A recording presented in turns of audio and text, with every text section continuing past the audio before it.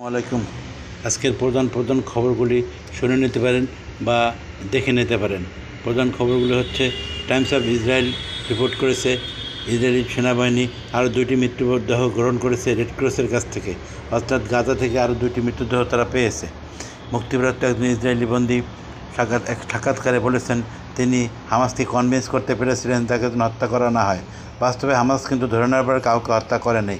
যা হোক, আর আল মায়াদিন media, Lebanon ভিত্তিক মিডিয়া আল মায়াদিন রিপোর্ট করেছে যে হামাস আরও দুইজনের ডেড বডি ইসরায়েলি বাহিনীর কাছে ফেরত দিয়েছে। আল জাজিরা রিপোর্ট করেছে লেবানন ইসরায়েলি বাহিনী হামলায় এক পরিবারের 2 ভাই নিহত হয়েছেন। সিএনএন রিপোর্ট করেছে ট্রাম্পের এশিয়া সফরে জাপানের প্রথম মহিলা প্রধানমন্ত্রীর সাথে সাক্ষাৎ করছেন।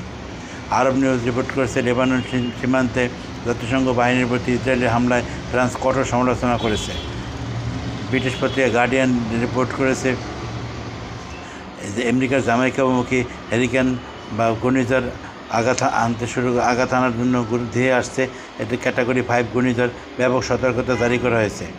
হামাস রেড ক্রসের কাছে আরও দুইটি ডেড বডি সরবরাহ করেছে বলে রিপোর্ট করেছে তারা। ভারতের আনন্দবাজার রিপোর্ট করেছে আমেরিকার সাথে পুতিন অর্থাৎ রাশিয়া প্লুটোনিয়াম সংক্রান্ত চুক্তি বাতিল করেছে। বিদেশের সংস্থার হাতে বাংলাদেশের বন্দর তুলে দেওয়ার জন্য বাংলাদেশ সেনাকে ব্যাপক আন্দোলন শুরু হয়েছে, দেশ অশান্ত অবস্থায় আছে, এই রিপোর্ট করেছে ভারতের আনন্দবাজার আরও রিপোর্ট করেছে যে আমেরিকান মুলুকে অশান্তি দেখা দিবে, কারণ আমেরিকার সাধারণ গরিব জনগণের মধ্যে খাদ্য সরবরাহ বন্ধ হয়ে যাচ্ছে অচিরেই। এবং আরেকটি রিপোর্ট করেছে চীনের সাথে বাণিজ্য সমঝোতা হয়েছে আমেরিকার, চীনের প্রতি 100% শুল্ক আরোপ করেছিল, সেটা আমেরিকা বাতিল করে দিয়েছে।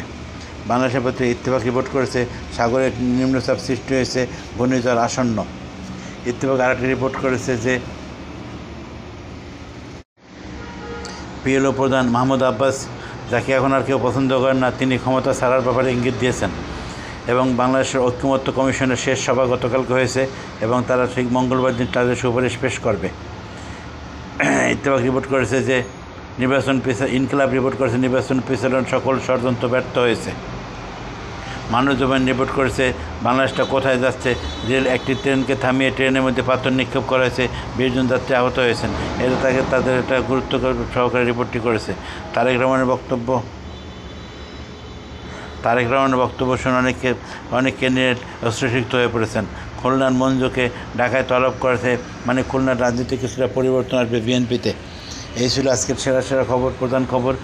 আপনারা আমাদের চ্যানেলটি ভালো লাগলে সাবস্ক্রাইব করবেন আশা করি। আসসালামু আলাইকুম।